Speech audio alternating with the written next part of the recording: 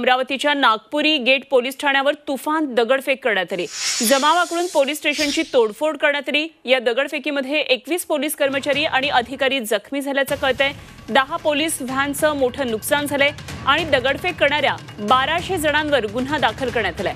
26 लोकांची यामध्ये ओळख पटलेली आहे। त्यांना अटक करण्यासाठी पोलीस पथक आता रवाना झालेली आहेत। उत्तर प्रदेशमधल्या गाझियाबाद इथल्या युती नरसिंह आनंद यांच्या विरोधात गुन्हा दाखल करण्याच्या मागणीसाठी रात्री पोलीस ठाण्यावर ही दगडफेक करण्यात आल्याची माहिती कळतेय। काय नेमकी सध्याची परिस्थिती आहे अमरावतीमध्ये जाणून घेऊया। आमचे प्रतिनिधी अनिरुद्ध दवाळे सध्या आपल्याबरोबर जोडले गेलेत। अनिरुद्ध, काय परिस्थिती आता निवळली आहे का? काय नेमका सध्या वातावरण आहे? आता जर पाहिलं तर अमरावतीच्या नागपुरी गेट पोलीस ठाण्यावर सध्या जर पाहिलं तर मोठ्या प्रमाणात पोलिसांचा जो आहे तो बंदोबस्त तैनात करण्यात आलेला आहे। कलम 144 अंतर्गत संपूर्ण नागपुरी गेट पोलीस ठाण्याच्या हद्दीमध्ये जमावबंदीचे जे आहे ते आदेश लावण्यात आलेले आहेत। आणि सध्या जर पाहिलं तर सध्या पोलीस स्टेशनच्या हद्दीमध्ये जर पाहिलं तर मोठ्या प्रमाणात पोलिसांनी ठिकठिकाणी जो आहे तो आपला बंदोबस्त तैनात केलेला आहे।